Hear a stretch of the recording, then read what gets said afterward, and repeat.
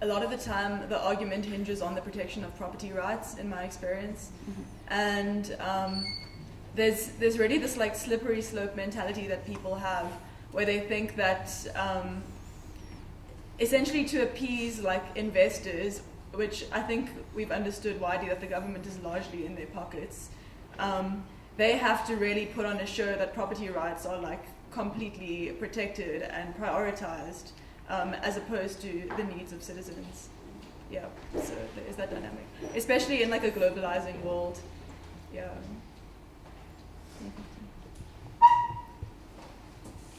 Yeah, I think, it largely goes back to really the birth of liberalism and colonialism. The fact that, your John Locke and others envisioned property rights as a natural right, more than anything else, which was what brought to, this continent. If you go to villages and traditional societies, which still has remnants of how they used to organize society.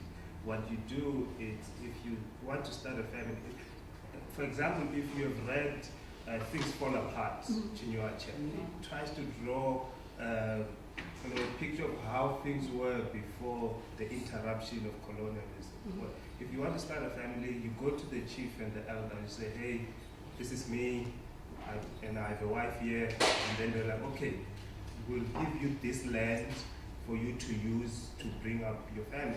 But that land doesn't belong to you, it still belongs to the community. It does not even belong to the chief, it belongs to the community. So that when you are done and you've done whatever, you've lived up your 60-year life, it gets given to someone else who needs it. And if the community now decides, on your piece of land, we want to grow crops because there's a famine or something, you are relocated and moved to somewhere else. No one owned a piece of land and it was them and forever. It was used as what do we need and how do we divide what we need. So now liberalism, obviously, it's the ideology of the world because of colonialism. To change that would really need a lot, which was what the Soviets and all of these guys were trying to do before it collapsed. So if you want to now remove value from property, you are fighting a bigger system out there. Yeah. And I have no idea how you can do that. Yeah, I wanted to build on that because I think it also has a lot to do for me with just the idea of justiciability of socio-economic rights as opposed to your classic human rights. And property rights is one of those. And it's quite easy for somebody to say, I have title deeds to this piece of land, and so I have a right to ownership of that land. Like Mandisa rightly says, it's quite fluid when it comes to the right to housing, for instance. What kind of housing, what size of housing, and who determines that. So there's a whole debate around just how justiciable are socio-economic rights. And I think that's one of the key questions we ought to be talking about, because if we don't address that, it will remain very fluid, and then even if somebody was to claim the right to housing from government will say, yes, it's your constitutional right. But if you take it to the law, and I'm actually curious to hear from the work that Mandisa is doing, what their experience has been working through the courts and trying to get justice through the courts in terms of socio-economic rights. I think something that I think maybe we don't always think about when we have a discussion about land and ownership is the other parts that come along with land. And I've seen this being a challenging factor in a number of cases. So one of the big issues is water rights. And we treat water rights and land rights differently. And what that means is that when a person has land, they don't have water to commercialize. It's commercialized all for development purposes or whatever you want to use it for. And the governance that we use to manage both of these stem differently. And I think we also see it in the mining space. And that's why we have some of the challenges we have. And touching on the gentleman's previous point, I think in South Africa, and it's not unique to South Africa, we've got a we're struggling with this tension between traditional land ownership and individual, I don't know, the dominant form of land ownership, or the market ownership, right? And I think other countries like India, Brazil, have gone through this process, and I think there's this tension that exists between traditional ownership and commercial ownership needs to be questioned. And I think in finding the balance between the two, we might be able to look at what is the social system. And I think, we in South Africa, as much as we have a lot of issues with traditional authorities, I think there's a few, and I'm happy to mention, like for instance, Robafgate, which has a lot of problems of its own, but it stands out as the model traditional authority in the country at the moment because of what it's been able to do. But even they are questioning, are they able to do it enough for their people? And I think we need to, if we start interrogating some of these systems that exist and asking ourselves, how can we make them work better? It might be the model that we can use in other instances, because the current commercial system doesn't work for everybody. And I think we also need to embrace our Africanism around the way we've thought about governance before this, and to maybe look at alternatives.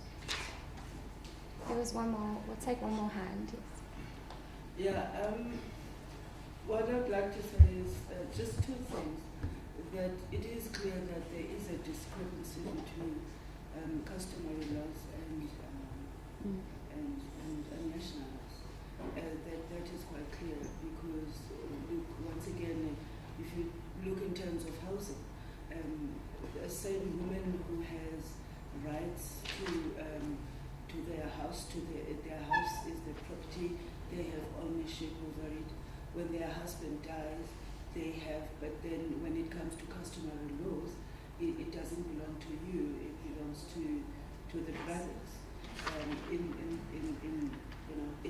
the family, together with some of the assets. And sometimes for the sake of peace, some women offer to let it die down.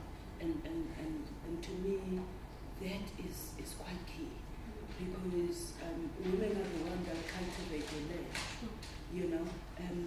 never mind how they went to cultivate, because it's also quite serious that when in the olden days when they went to cultivate the land, the women would be expected to carry the tools, as primitive as they are, and also carry the baby at the back. What would a man carry? Just a stick and a jacket. And then they would expect the women to provide lunch. So we've got to see how we break these traditional barriers, because the women are, look at the co-ops, whether in the urban area or it's still many of those are women. And so women, have those primitive tools to actually cultivate the land. But it's just a matter of access.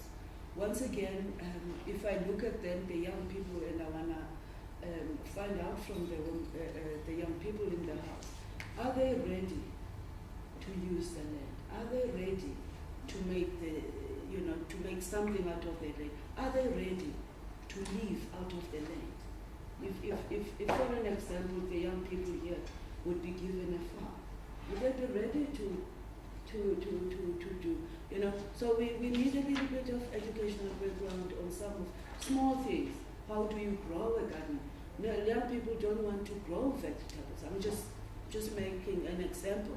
What do they do during the day if they are in their own house? You see young men watching TV the whole day, whereas there's a gardener that's activating something, no matter how small it is. So we need to check out the readiness also of young, because that is where something you can get a lot of employment out of that. But have ever young people looked at how they can use the land to actually, if they were given the land, would they do it themselves, or they would employ other people to do it for them?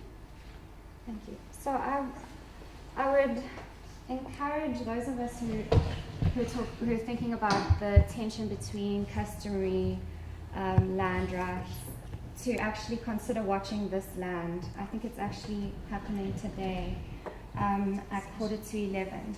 I think we need to be wary of over-valorizing customary land rights. There's a lot of tension at the moment between how it's also being used as a form of elite capture of land. So how do you? So there's tensions. There are examples, not progressive, but emancipatory examples. But there are also examples that are not. So I think this film actually helps illustrate some of those tensions really well. So I'd encourage you to watch it, but also for us to bring this back to urban land. So let's try and focus in on urban land. We'll open it up again for discussion. So just hold your point. But I want to talk a bit about just explore urban land markets a little bit more.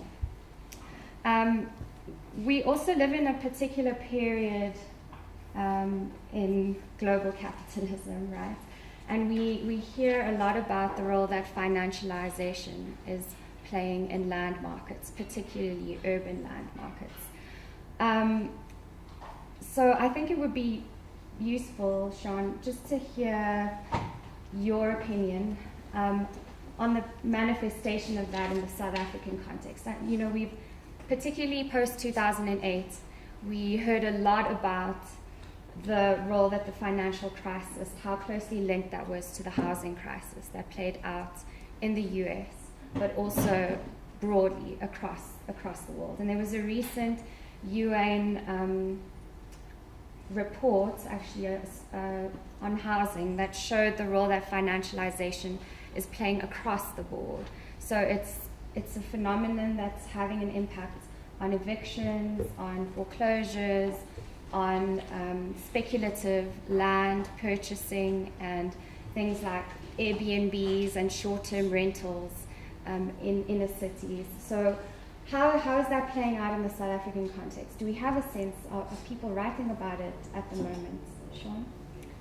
Yeah, so I started graduate school in the US in the immediate fallout of the crisis, 2009, and was exposed to all of these kind of critical scholars that were digging into the increasingly close relationship between mortgage markets and capital markets through instruments like the securitized mortgage, where suddenly your mortgage is no longer about you and your relationship with your bank, but is sold off in these pools to investors and speculated upon, and very much beyond your reach and control, and the kind of absolute wasteland that rendered many first-time, largely minority buyers in the U.S. Housing markets as those subprime mortgages were called in.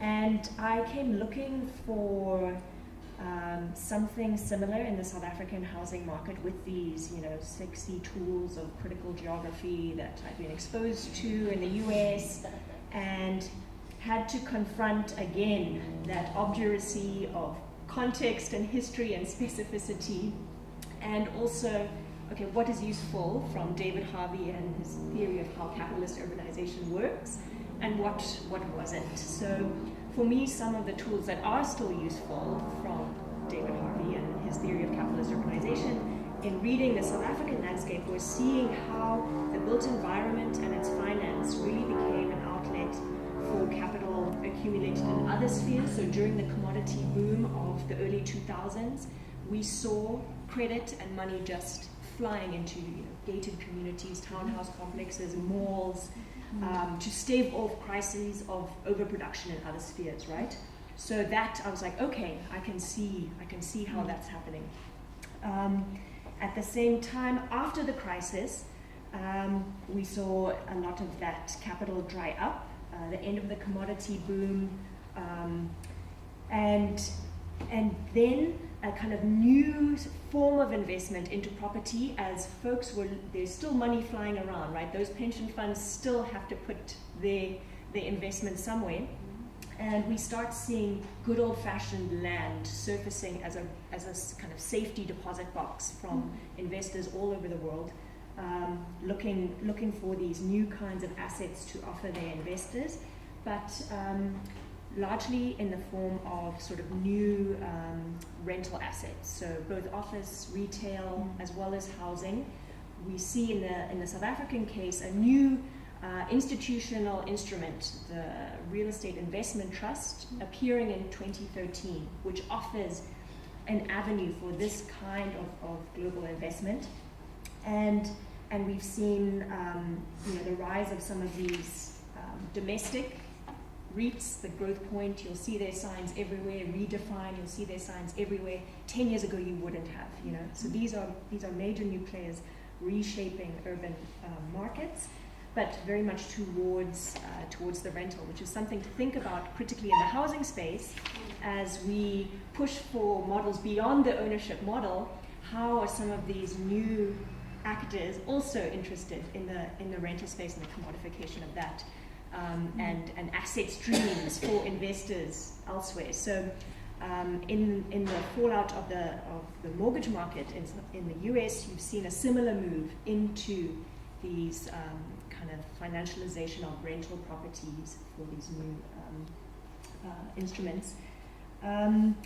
But something for me that financialization and all of these new sexy instruments, the securitized mortgage, etc., didn't give me to understand in the South African case, and probably many other places, was the real grounded materiality of land sitting underneath all these markets, right? So having to grapple with what did it mean that power in, for example, the market I was studying, the affordable housing market, land and access to land was the source of power and the source of accumulation. So this market had become more active after 2008 precisely because some of these affordable developers could snap up land that suddenly bankrupt gated community developers could no longer develop. There'd been a total oversupply and land prices dropped, and they moved in and bought up tons and tons of land. And actors like Cosmopolitan, who have been in this business just under different names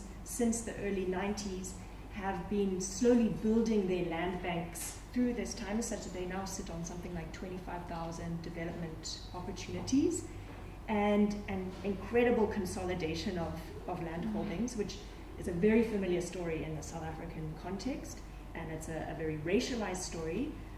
There are, basically 5 white guys controlling this market.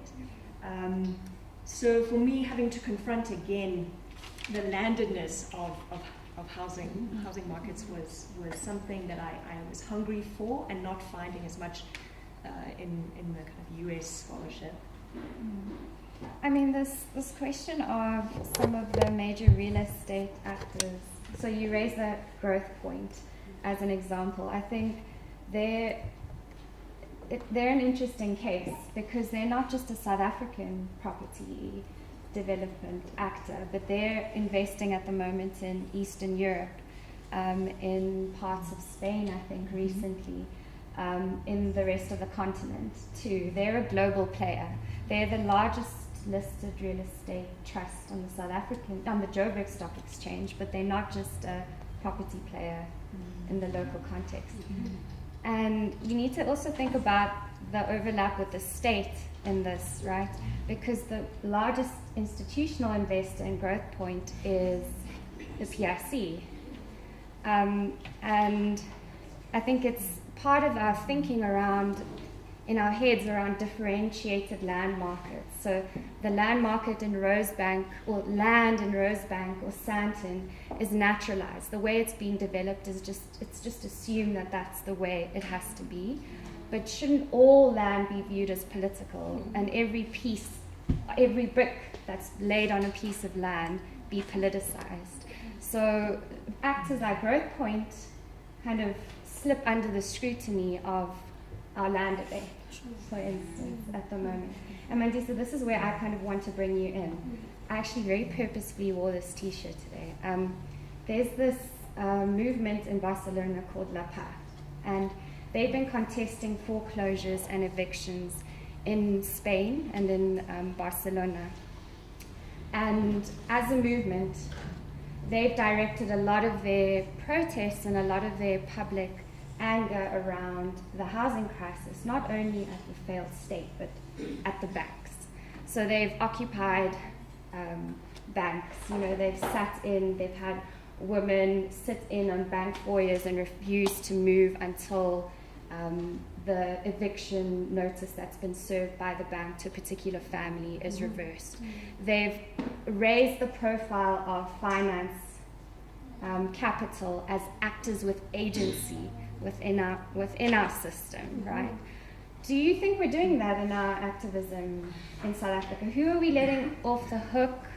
Are we letting, in our public imagination, I know, white monopoly capital is a term that we are invoking in a lot of these spaces, but to what extent are we interrogating it? Do you think we are? Who is white monopoly capital?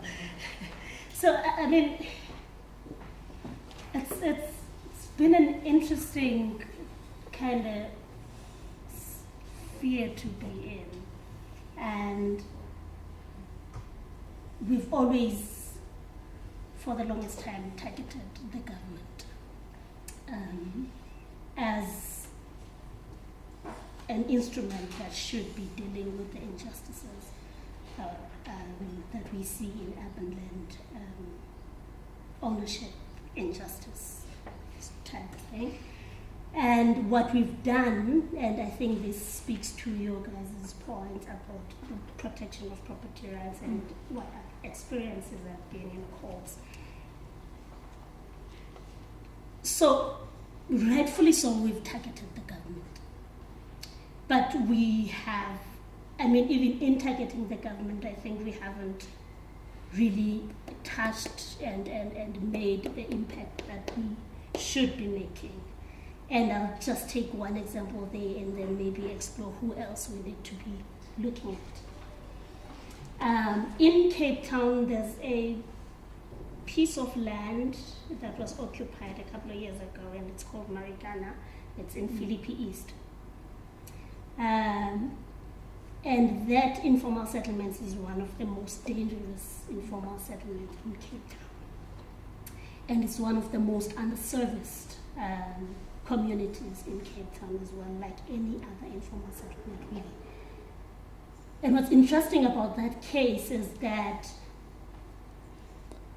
we have seen, and even recently people have been evicted from that land, but there has been a court case around that, which really had a result that was in favor of the community, and where they had Cape Town High Court really said to the city of Cape Town, look, you need to expropriate this land and start providing services to the people, because in most informal settlements and most occupied pieces of land, what the city of Cape Town has been saying is that, look, we can't be providing services to you, this is privately owned land.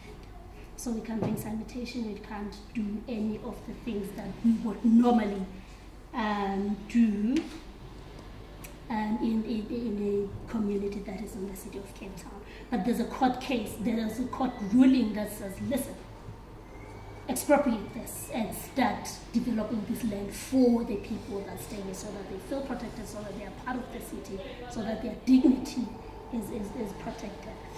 But we have seen the city of Cape Town appealing that judgment. And so that really doesn't make sense. So does going to court mean a victory? And sometimes what does a victory mean when you win in court?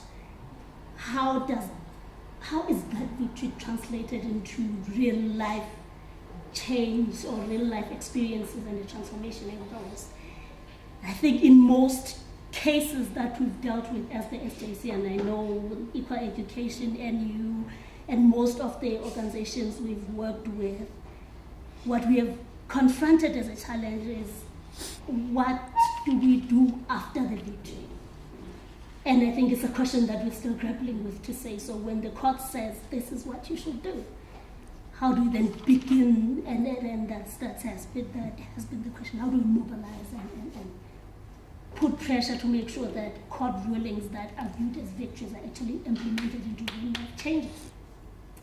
And what we've been grappling with there as a second strand in that is how even sometimes courts do not understand the importance of people's access to urban land, access to housing, the need for people to belong in the city.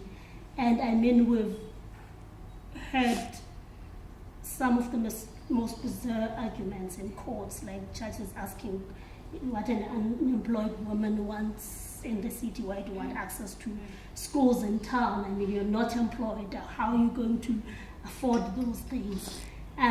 But also in our working evictions, how courts give out eviction orders. And whether, I mean, that's lawful. If a court gives you an eviction order, then you can go and evict people because, but what does that speak to? Does that mean that the court, does that mean that that eviction is just? Is it right? Does that mean that the situations and the conditions of the people in that particular piece of land have been taken into consideration? And shouldn't we maybe be targeting the courts as well as spaces of activism and advocacy? And how do we begin to do that? How do we begin to challenge judgments, not only in the legal sense, but what political mobilization and organizing can we do in those spaces? Is there even space to actually do activism in courts? How do we put pressure on judges to actually take into consideration real? Often a world of money, machines, men, as reflected in the GTP, measured in GTP measures. How do you make this to be covered?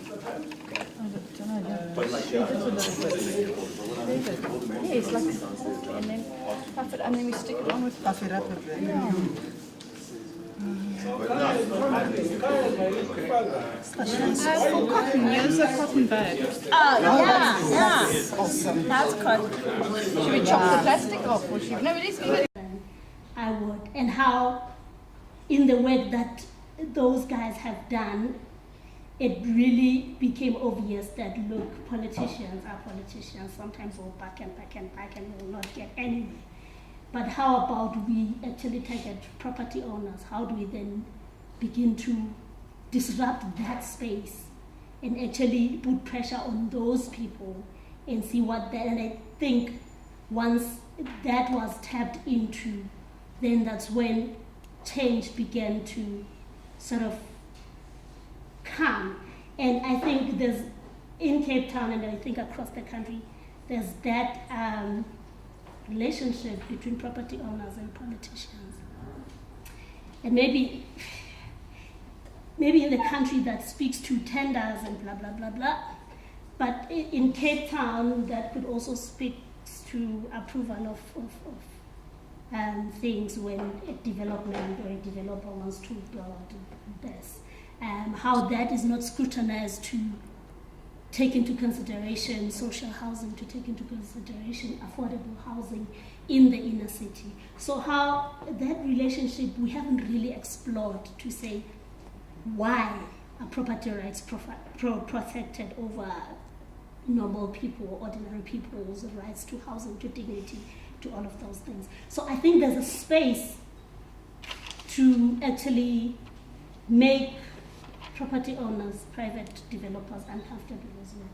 We've made the government uncomfortable, and I think to an extent they are sort of desensitized to our noise, but the people that still need to make money and still need to appear as these growing progressive businesses are private property owners, and I don't think we have really annoyed them enough, for a lack of a better word, to actually make them uncomfortable and make sure that the space there for engagement. And I think maybe in our thinking and rethinking the cities and how inclusive their economies are, maybe we need to think about the private property developers and how we make those guys uncomfortable, and how we open up that space as a space for activism, as a space for engagement, and how we include everyone, the ordinary citizens and the excluded people in the informal segments and townships and all of that. I think just to kind of pick up on that quickly, just I think that is, so I don't know if people have heard about this campaign for, well, inclusionary housing as a concept, right? So it's this idea that for every market rate housing development that goes up, there should be, ideally within that same development or elsewhere nearby in the same area, affordable housing built by the property developer in question. So it's a mandatory policy. And there's many cities in the world that have this. For instance, New York is the best example. Vancouver, there's cities in India that have this. And there's been a recent attempt, driven particularly by Difunagwazi in Cape Town. Every time a developer puts forward an application for a private development, whether it's a fancy luxury apartment in the inner city or a gated community in the burbs on the outskirts, that they've challenged that on the basis that that development needs to include affordable housing. And they faced a major pushback from developers.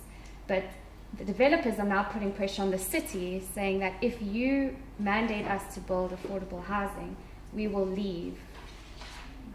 We won't develop in your city anymore. And I just have a little anecdote to share with you before we start talking about next steps. About a month ago, these really progressive planners in the city of Joburg put forward an inclusionary housing policy. They put it up for public comment. And the policy would mandate developers who develop over, I think it was 15 units of housing, to include a percentage of affordable housing in their developments. So this was a draft policy that they then put out for comment. And usually like planning policies, people don't really pay attention to them. They like to go under the radar. So a month afterwards, they held their meeting, a feedback meeting. The response was so big, they had to move the meeting to the old Joburg council chambers to have the feedback meeting. So I go to this meeting, it's a huge hall, packed to the brim. Predominantly, I would say like 90% white men in the room, developers. Most of them were developers. And people were furious. They were furious about this idea that developers should be mandated by the state to include affordable housing. Like, how can you disrupt the naturalness of the market, right? You can't intervene. This is just how things are supposed to be. This is, there were some very, very angry people saying, this is social engineering of another kind. Like, what are we trying to do to our cities? And in the end, the Joburg planners they shifted the policy. So it's no longer mandatory to include affordable housing. They put a few other options. You can build smaller housing, or they basically changed it so that it's not compulsory, right? But these planners are really progressive. They're young. They had really good intentions. They weren't bribed by the property developers. They weren't like held at gunpoint, But they changed a policy that could have potentially have been shifted the geography of Joburg. And also the threat that they were given there was that developers just won't develop in the city, so you can't put forward a policy like this. So, then now what? That's the question. Where do we go from here, right? It's not always that the state is kind of conceding to capital, and their attempts, when they are progressive attempts, the status quo still seems to unfold. So knowing what we do about what's currently happening, what the dominant discourse is around land at the moment, around, orthodox economic positions around what land values and land markets, what we also know in terms of the state's position often when it comes to land, and fears around disrupting private property rights or intervening in the property markets. Knowing too that the actors aren't just government actors, but like we said, people like Growthpoint, the role of major banks in the South African context, people, institutions like RMB and Old Mutual, who also own extensive amounts of land, knowing the actors, knowing the power of the ideology, and knowing the kind of daily realities, what we're seeing right now, what next? Where should we be directing our energy as activists, as researchers, as upcoming academics, as people who are fighting for land justice or thinking about how, theories of better economic theories, more progressive economic theories, what should we be doing next? I know it's a big question, but from your perspective, where should we be going? So we each bring our own journeys and our own expertise and our own ideas. So I think maybe to hear from you, Mandisa, and then Sean, and then we can open it up. Well, that is like the most difficult question. So I work in the mobilizing, organizing space, and my background is politics. So I guess my answer would lean towards that, to say, so whether it's the government or private property owners, no one wants to look bad. No one wants to look like the villain. Everyone wants to look like we are all human, we are all equal, and let's all hold hands and sing Kumbaya. And everyone wants to appear as this progressive, human rights respecting person. And the worst thing to happen to the image of a company or a government institution is having a political campaign led by the people on the ground against you. Whether you're a bank, to have a community. Okay, let's go back to the example of Marikana. Let's find out who owns that land, for example. And that's where research comes in to say, so let's follow the money. Who owns this land? And let's target that person. Whether it's a bank or a company, we've been marching, we've been making noise against the government, but let's target the private people who are safe. We never know, it's always like, oh no, this is private land, it's privately owned, and we never know who owns the land. Maybe that's who we need to find out, to say who owns this land and where are they. And maybe what we need to start doing is to mobilize and organize political campaigns led by the people that are evicted in these areas to say, you're not using this land. And there are people staying in this land and the government is protecting you, so we're appealing to you. If you're a person as a person, if you're an institution as an institution, to say the dignity and the rights of people staying in informal settlements. And maybe let's not even say just people staying in informal settlements, let's name it as it is and say the dignity of black marginalized people in South Africa needs to be respected, it needs to count. And if we are going to challenge people only in courtrooms and in boardrooms, that's where it's going to end, right? But when we shine a light to say there are people in Msindweni, in Makaza, that are being evicted from a piece of land without any alternative place to go to, and this is the person that owns this land, and this person hasn't been using this land for the past 30 years. And that speaks to the injustice of it, and that puts a face to the injustice, to say, this is the company or this is the person that is actually evicting these people. And I think linked to that for me is the courts that continue to give these eviction orders to say people must be moved from their homes and taken to wherever. And we need to target the courts as well and say, why are courts just dishing out eviction orders without considering where people should be staying, without considering the conditions of people staying in these pieces of land? Because, I mean, if you have an eviction order from the court, like I've already said, then it's legal for you, it's legal for you to actually evict these people. But how just is it? How humane is it? And we need to actually challenge those people, those untouched areas of that all contribute to this issue of landlessness and cities and urban areas being so exclusive. So I think directing our activism and directing our mobilization and political campaigns to people that actually own the land, and maybe having a conversation with those people to say, so let's reach an agreement. How do we make sure that we are protected, but how do we make sure that you get what you want as well? Let's have a conversation. But also, the courts need to be touched as well. I feel that we leave courts untouched and they can dish out all these rulings that sometimes are oppressive to people. So I think for me, those two strands needs to be sort of shaken a bit.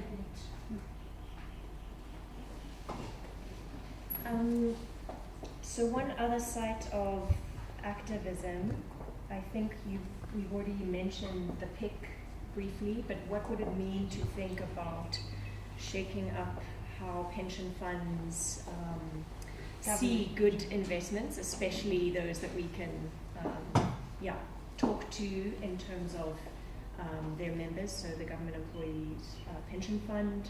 Obviously the PIC has been dealing with its own crises lately, but something to kind of keep on the horizon in terms of shareholder activism is, for example, Growth Point, what we want to be putting our workers' pension funds into, is SA Home Loans, what we want, the financial institution we want to be supporting that has a securitized mortgage model. And that, I guess, is part of raising awareness within those constituents. What next? I think within the university, as the community that I'm part of, thinking about denormalizing the kind of mainstream model of property and agglomeration economics as the kind of only game in town for land development, whether it's in our planning curricula, whether it's in our building a heterodox economics curricula, and thinking about what are some of the instruments out there, for example, that the state can use to incentivize, negotiate, bargain. I know Neil Klug is doing his PhD into some of these instruments that the city could be using more actively to shape how development happens for who, and that we've seen some experiments with from the inclusionary housing guys.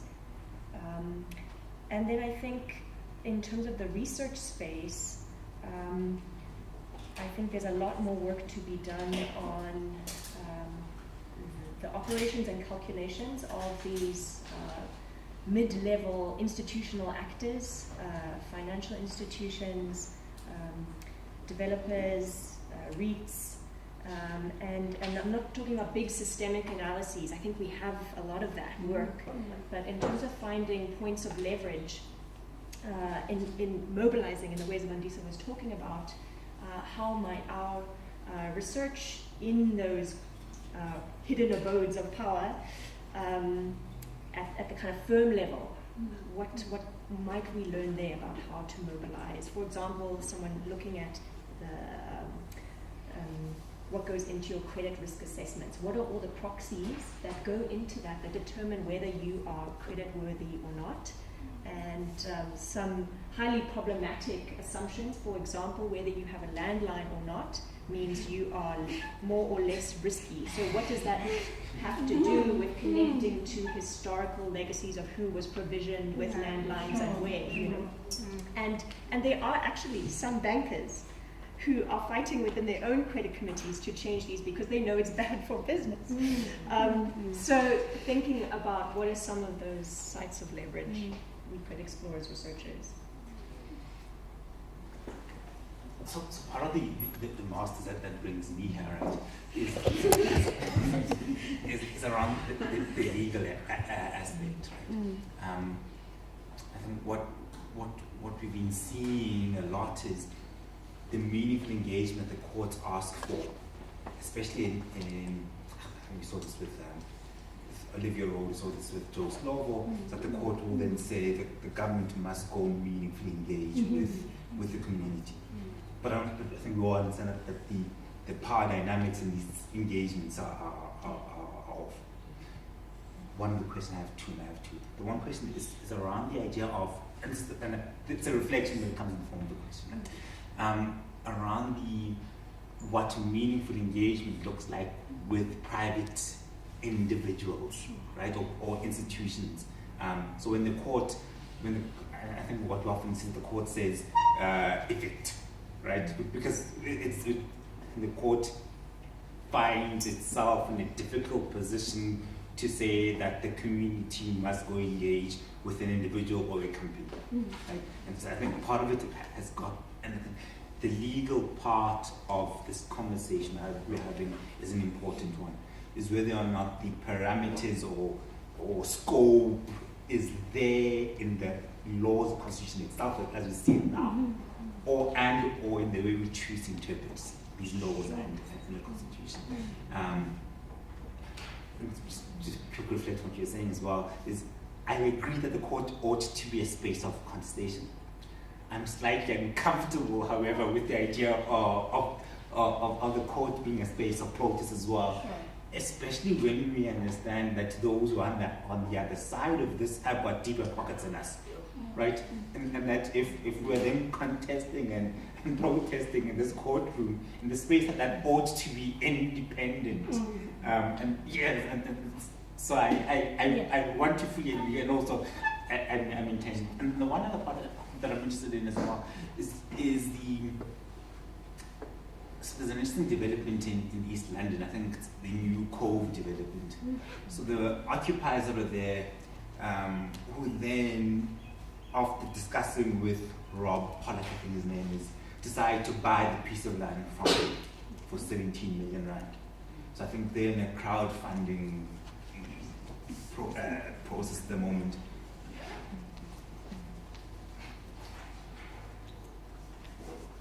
So again, it's the idea of the legal part of it with the global capitalist system that sits here, right? When we're thinking about the idea of, especially in urban land, right? When we go to a piece of land and we want this piece of land, and then this person says, I'm happy to sell it to you, right? How are we thinking about this, right? Especially when we find a thought around this is when this big drive you see from the DeSotos, right? And I think it isn't by chance that SA, I think FO4 and the DA are big proponents and drivers of title deeds. Right? And I think there's something there that we shouldn't get caught up in this. We should all have title deeds, and it sounds great. Thank you. Others? Yeah. Okay, I'm from Durban, and so I work for the devil, which is perpetuity in Durban. So, Perpetuity in Durban. Perpetuity, yes. And so I've been part of I've crafted the local area plan for Durban, which aims to get 450 people living in an inner city by 2030. Currently, there's like 70 to 80 people living in the city. So, through that experience, I was pushing a more very socialist understanding within perpetuity. But what I found is that the government wasn't an enabler in meeting the private developer where it's at. So you look at how there's huge budgets for social housing, but all of those budgets are not touched because the government can't be an enabler of purchasing the land, and also policy becoming very rigid to move around. So I've even done calculations we've done calculations seeing if it's worthy for private developers to pursue affordable housing, gap housing. It doesn't make sense for them. So I don't think it's a very viable option to go to property developers, but how does government become an enabler and claim space? I don't think you can go to France and dictate the spatial orientation of France. Why are we allowing capital to dictate our orientation? Why is government not putting the stand of inclusionary housing as it's in policy? We have all these policies which are they're just there, but we don't get to interact with them in a very meaningful way.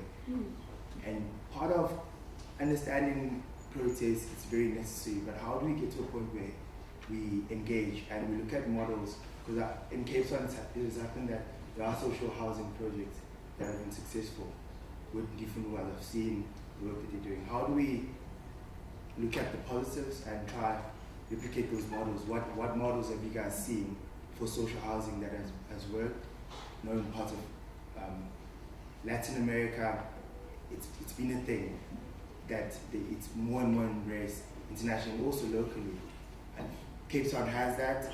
What positives can we see in our country that we can speak about today and see how we can replicate those models? So that's a question I would love to pose. There are a few hands. I'm going to take people who haven't spoken yet. Have you spoken before? Okay, so you, and then the two of you who've spoken already, yes. I want to speak for Mandisa. I think, sorry, first for my language, because it's not my native. So I want you to be patient with me. Actually, I have you speak in the beginning of the lecture about many issues, but I think you are mixing a lot of concepts, a lot of basic concepts. Yes, the government should provide service, but there is no relation between providing the service and own the land. In my country, we have lands on the borders. These lands are not for owning it. It's a governmental land, but service should be provided for the people living there. So it doesn't mean, so it's a failure in the government in your country, but there is no relation between providing services, public services, and owning the land. Second, you are mixing between the three powers, basic political, concepts in political science. We have three powers. Judiciary, they give orders, but the one who executes the orders is the government. And you cannot say that I don't like the judiciary orders, so please don't interfere. The difference between developing countries and developed ones is that they are respecting the rule of law. Now you are diminishing, you are wanted to diminish the law because you have your own problem. No, it's not right. Third issue, justice should be for all, for men, for women, for white and for black. It's not, I'm sorry, and you said that there is an unoccupied land in Cape Town, and the ladies are having houses there because they don't have, whatever reasons they have. We have to also distinguish between the rule of the government is to protect other people's rights. Yes, this lady make a bad choice, and now she don't have a place to live. But does it mean that to take a public property, that this non-occupied land is a public property, belongs to the whole South Africa? Why the lady you are speaking about should take it, not anybody here, not any other people in Cape Town? Yes, you have a right, you have a constitutional right, but you cannot say, because I don't have it, I have to occupy any land and it's mine. No. Basic principle in political science, we create the government to protect us. So what the government did, it's not a violence. Government use the violence because we are attacking other people's rights. This land is a public property, not for anybody. Good. That's terrible cartography. No, it's fine. South Africans are all. You call that a horn? My brother's offended. He lives in Muscat. He's completely underwater. You've been criticized for your horn over there. My brother lives in Oman. Yeah. It's a bit of a jumble because I was just trying to scribble down what everyone was saying. It was a very stimulating discussion, so well, I should got said.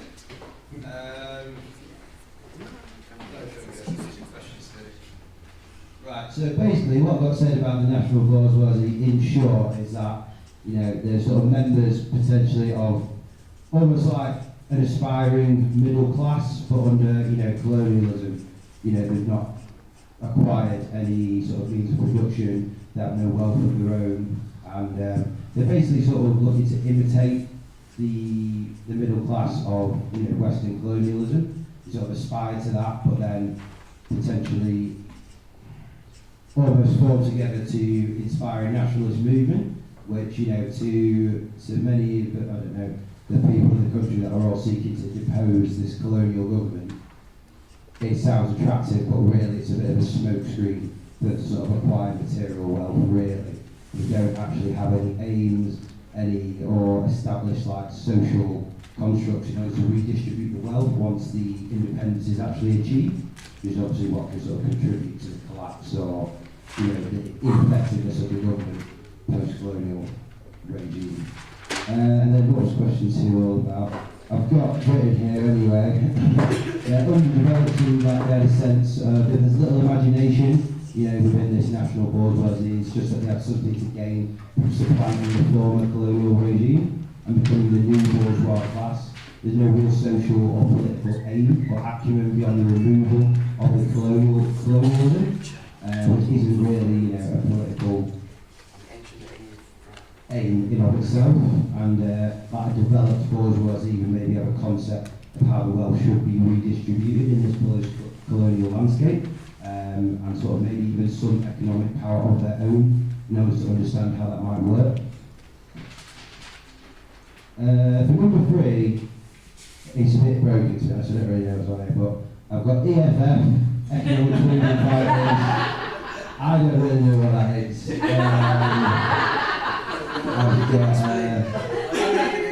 I've got a sort of like an aspiring bourgeoisie, but this is like, you know, I don't know, maybe 2 or 3 bourgeoisies in, I don't know, and it's, you know, there's like a fearful reactionary racism among these sort of people against any trace of colonialism, so, you know, these sort of voids left by what would have been, you know, Westerners filling almost like middle class positions like lawyers, doctors, politicians, etc. There's a void have been sort of quite aggressively removed, and almost all this maybe what is originally like a positive nationalist identity that they're trying to create actually becomes almost ultra-nationalist, that people become divided on racial lines, like this is our country, but rather than this is our country, like we are, I don't know, like the racial, like we deserve to be here and everyone else needs to leave, basically.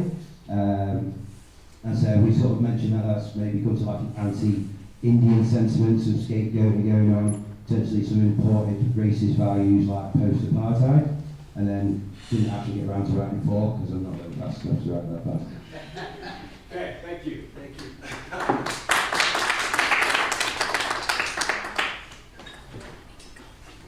Okay. Who from 2? We'll all sing together. Okay, Conrad, keep it concise, short, to the point. I first have a short preamble. No speeches, please. So, why do we see the rise of xenophobia, tribalism, and racism? So, for us, we were saying that on the one hand, you have a political elite arising from the national liberation movement, and then on the other hand, you have 9/10 of the population who continues to starve to death. And that it is in this context that we see, one, marginalized people picking fights with other races, cultures, nationalities, all in quotation marks, etc., tribes. And the second point is that the political elite use these identities to mask the class structure of society through which they continue to benefit. And so, how can we move beyond this? So I think I would like to go to a quick quote, and it's about 5 pages long. And that is, not to despair, but to organize, and in so doing, reappropriating property, switching from the national consciousness to the social and political consciousness in the distribution of wealth and social relations. And so for South Africa, through organizing and applying pressure to the state and other powers, we need to ensure that we improve education, healthcare, and housing and social services as a means to move toward a different kind of conception of society.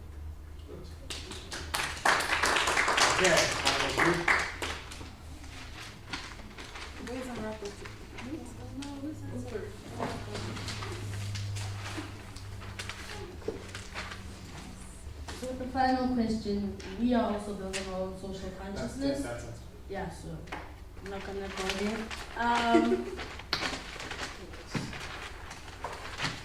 So for question 1, we said I just have like little points. So I said that question 1 is the elites, those that are given access to the means of production, or those that are basically intermediaries. And then we said these are the metro. And then when the other point of the question was, who are these specific people, or who are the people that Fanon identified? We said it's the metropolitan bourgeoisie, the national bourgeoisie / the elite, and the masses. And then for question 2, we said that in terms of what does it mean about them being underdeveloped? And we said that basically they're unprepared. They don't have the skills, they don't have the intelligentsia to be able to then take the hollow shell that was there and reproduce sort of the colonial structures. And then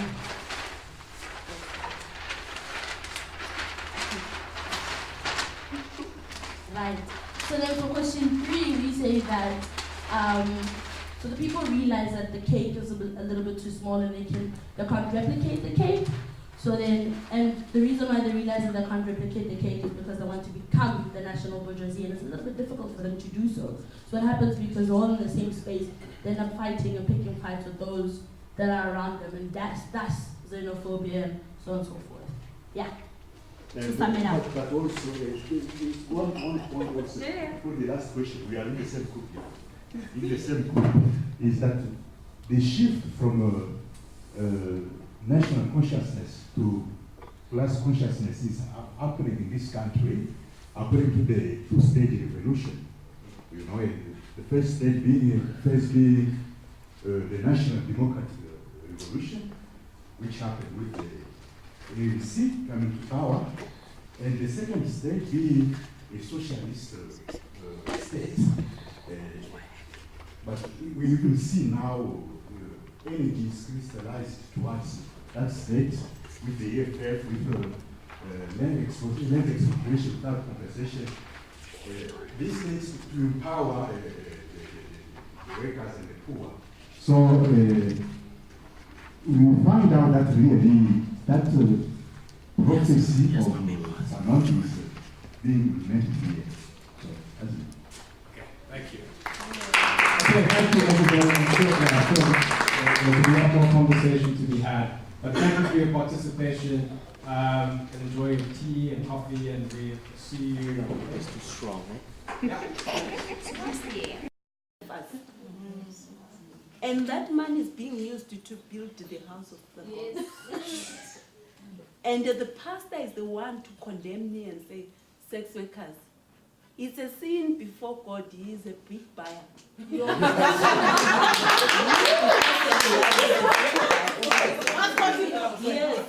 How do you identify a sex worker?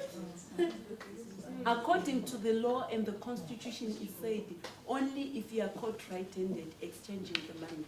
How does the pastor know that I'm selling sex? He's a buyer because he knows me. Yeah. You understand? So people, please stop having these pictures. And some things I laugh. It's make me laugh. I just look at you and I say, okay, one of them. We point fingers on sex workers, but you hear them calling me. Please, my friend, can you borrow me 1,000? My children, they didn't go to school. You come and collect that evil money you see, you go and gossip about.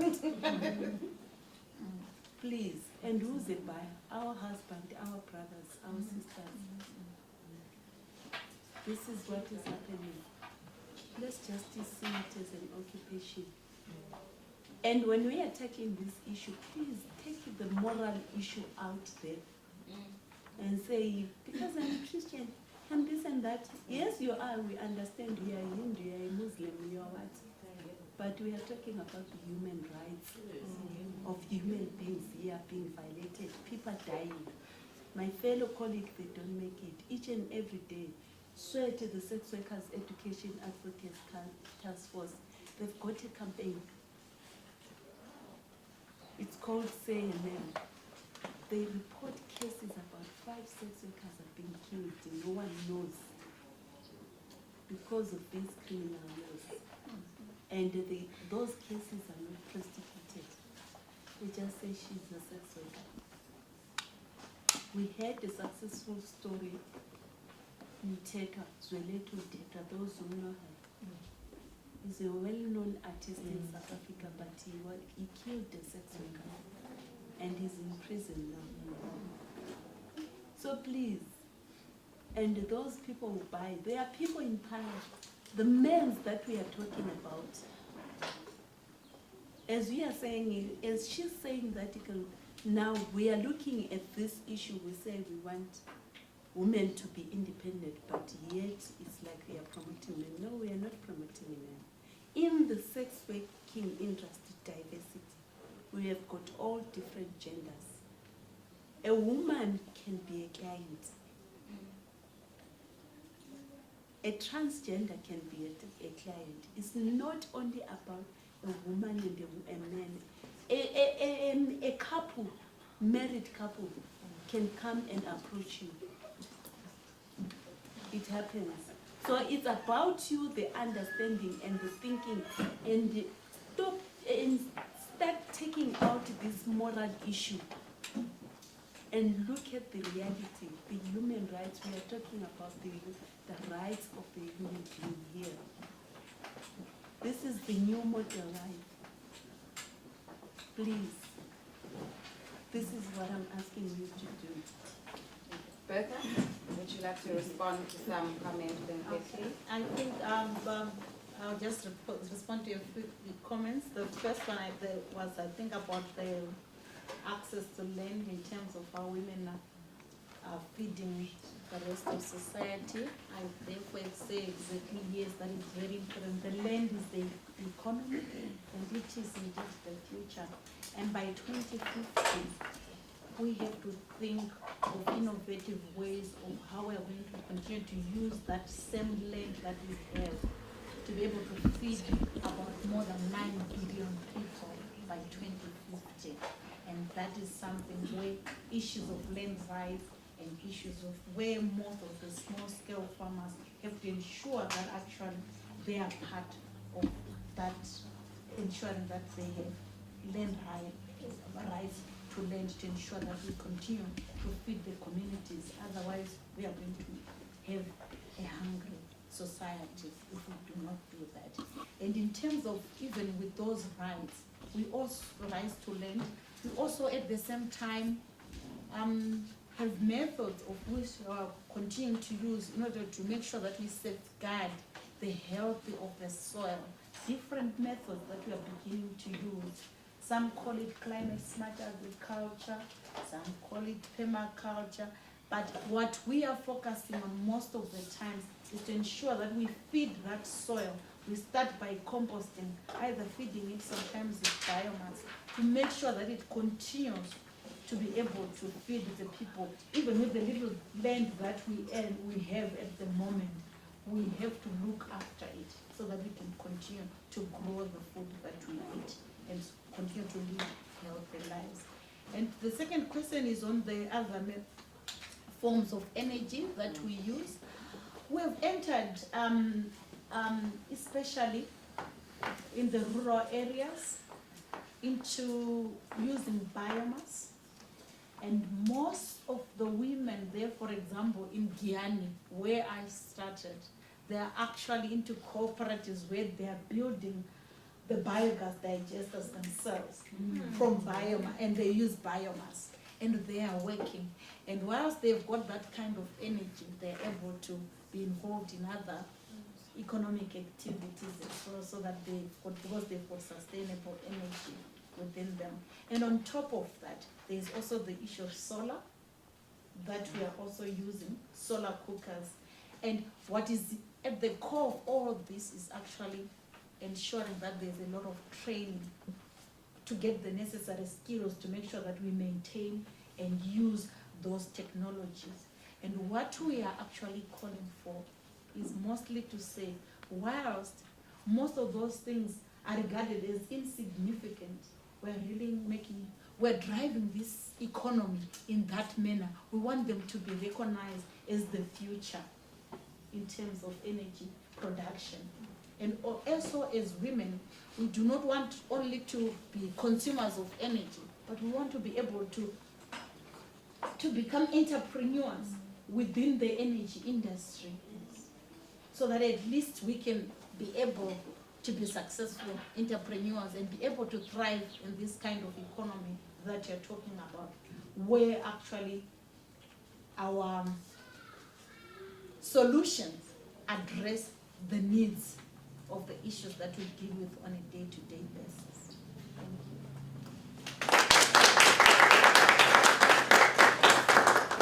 you. So we started a bit late, so it's time for us to bring the session to a close.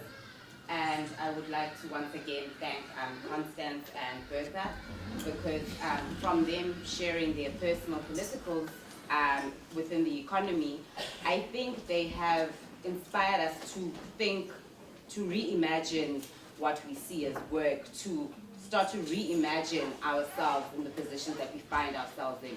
As opposed to being consumers, we must be the ones driving the production and making sure that the solutions that come into the economic solutions and policies that are being put in place are ones that will actually benefit the needs of us. So there's two questions that I would like everyone to just take a minute to think about and answer.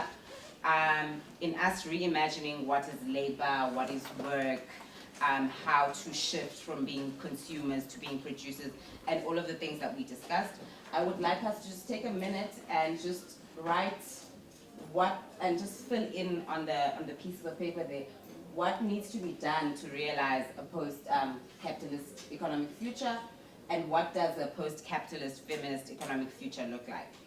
So, yeah. So we're gonna break now, and yeah, thank you.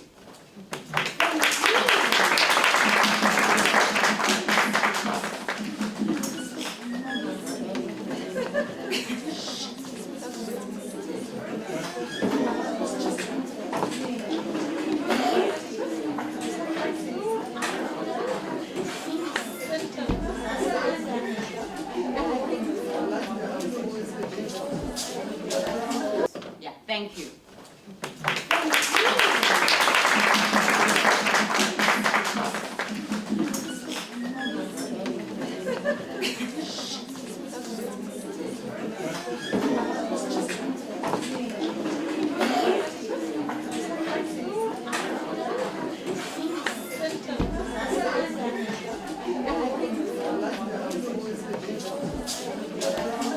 Yeah, thank you.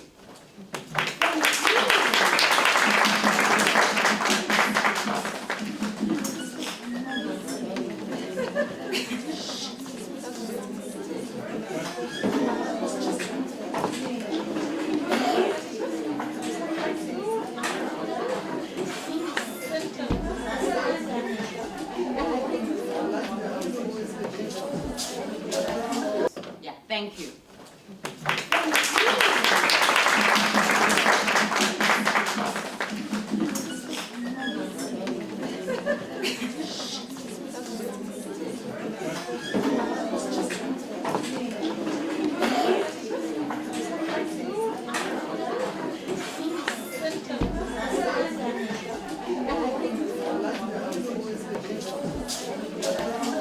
Yeah, thank you.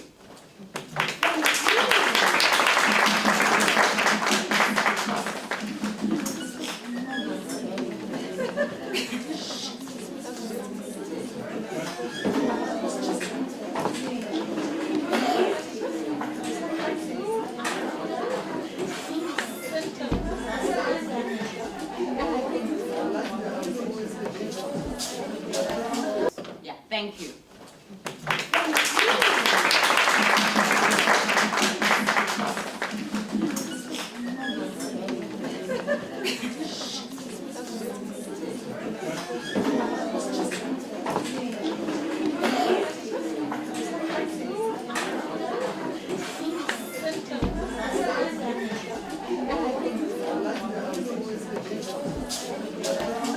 Yeah, thank you.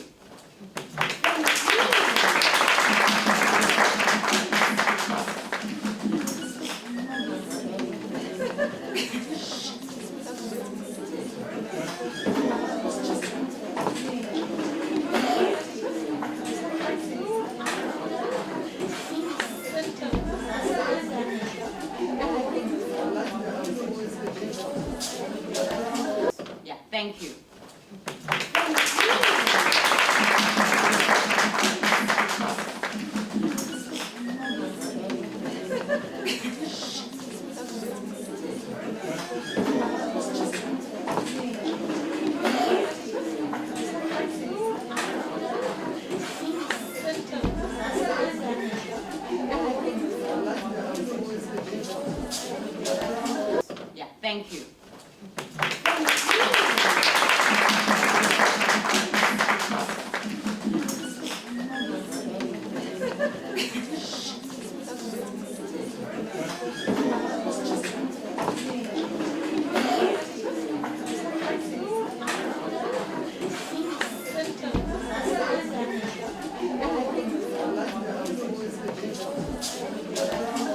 Yeah, thank you.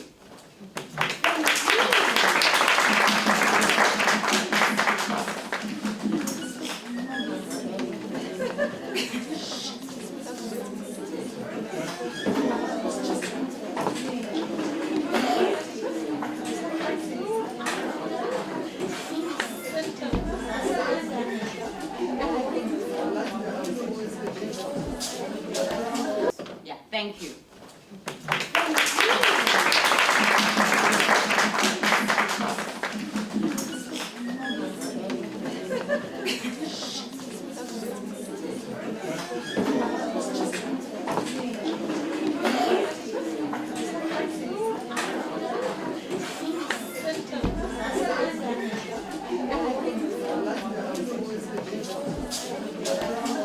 Yeah, thank you.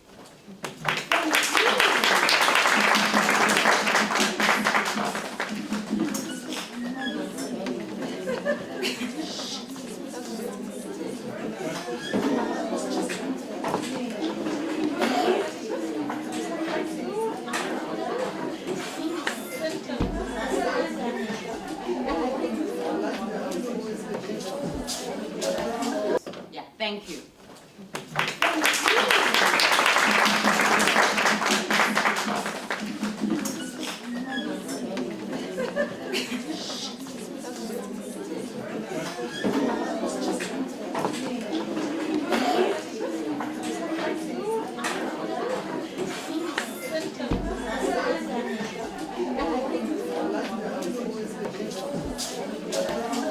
Yeah, thank you.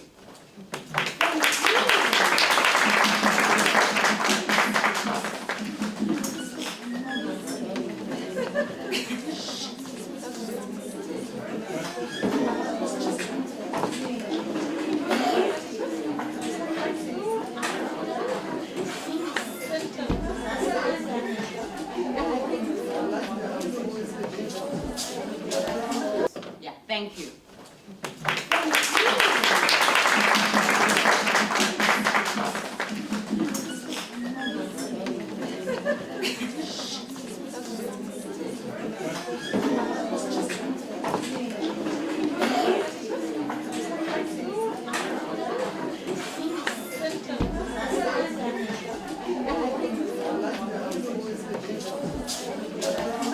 Yeah, thank you.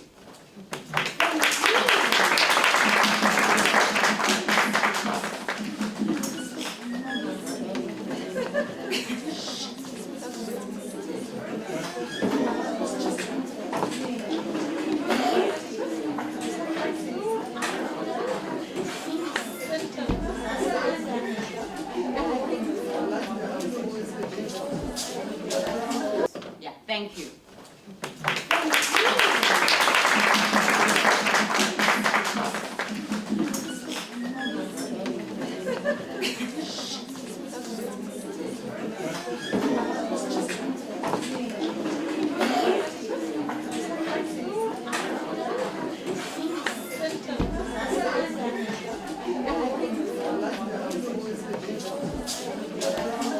Yeah, thank you.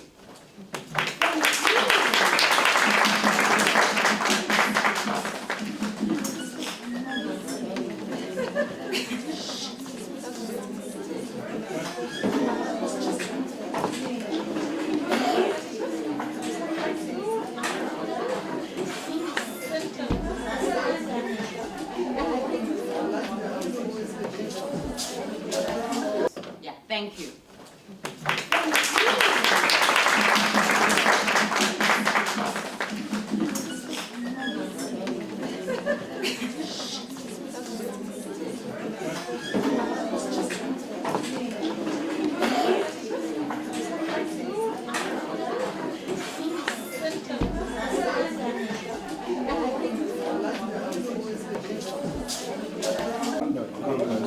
Yeah, if you guys want, you can use that as a background to put all your stuff on top of it. Okay, and you can either use the yellow stick-ons or you can cut little strips to say what you can do. Overview to begin with. So just a few housekeeping things I've been asked to say. If you are a new attendee today, if it's your first day, please make sure you register. If you were here yesterday, you still need to go and sign in to get your meal vouchers. And it's important that you guys know that there's also some films happening in one of the rooms. And we're going to have an additional film, The Inside Job, which is about the global financial crisis and how economists and economics contributed to this. And that's going to be directly after lunch. There's one change. After the closing plenary, all students will stay behind for a strategic student meeting. Directly after that, there'll be dinner and a cultural program with fantastic performances and arts. And we really encourage you guys to stay for that. I think it's going to be amazing. In terms of logistics, people with shuttles to the airport should report to Ruth at the admin desk. Shuttles for out-of-town students will leave to the hostel after the cultural event. Shuttles for out-of-town speakers will leave to the guest house after the closing plenary and then again after the cultural event. And just remember that there's a whole lot of stalls outside, like to our left and around past the registration table. So please make sure that you go and have a look at all of those. I know that we have a lot of material from IFA and from AIBC and that outside. So please take a look at that. Also, just a reminder that there are purple stickers in the front. So if you want to make a contribution afterwards and you don't feel comfortable being filmed, feel free to take one of those stickers and then we'll make sure that you answer when you give your contribution. Okay, so on our panel today we have Dominic Brown and Mazibuko Jaha, who I asked them, how would you like me to describe you? And Mazibuko said a Marxist, and Dominic said a radical Marxist. So that's what we have here. They're both involved in a range of organizations, including AIBC, where Dominic is full-time and Mazibuko is involved there. They publish Amandla, which many of you have, and it's also available outside to your left. So, as I said, I'm going to give a very brief overview. I was asked to do sort of a brief contextualization of why we're having this conversation, and then we will hand over to our very investment banks and commercial banks separated in the States. That bringing them together, as Joseph Stiglitz says, what it has done is to essentially put commercial banks in a position where they're now in the same playing field as investment banks, and they're now chasing profits. They're becoming riskier, and we can see that in the global financial crisis. So in terms of the improvements that we need to be looking at, that speaks for me to not only issues of trying to get more women into formal work, but I think we need to start looking more into issues of the gender pay gap, for example. And I say that because currently, when you look at where women are located within the economy, women are more likely to be in the service industries, which, as we know, pay less than other industries within the economy. And that puts women in a place where they're always going to be earning less. And when I talk about the gender pay gap, I also like to think of it in terms of the peer example that I used. So, for instance, in South Africa now, studies show that women essentially earn 70% of what men earn, right? So if you look at it in terms of queer communities, for example, if you've got two women who are living with each other, those women are already each earning about 30% less than men. So what does that tell us? It tells us that children who grow up in households with two women, what's that? I think your computer's there.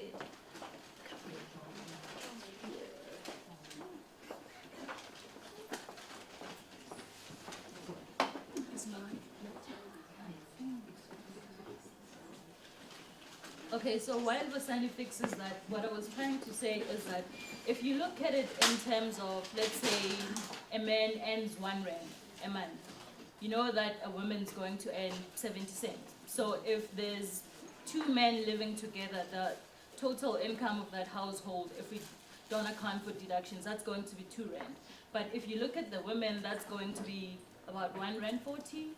Now, how does it impact the children who actually grow up in those families in terms of opportunities, in terms of access to resources? And I think that is part of the conversation that we have not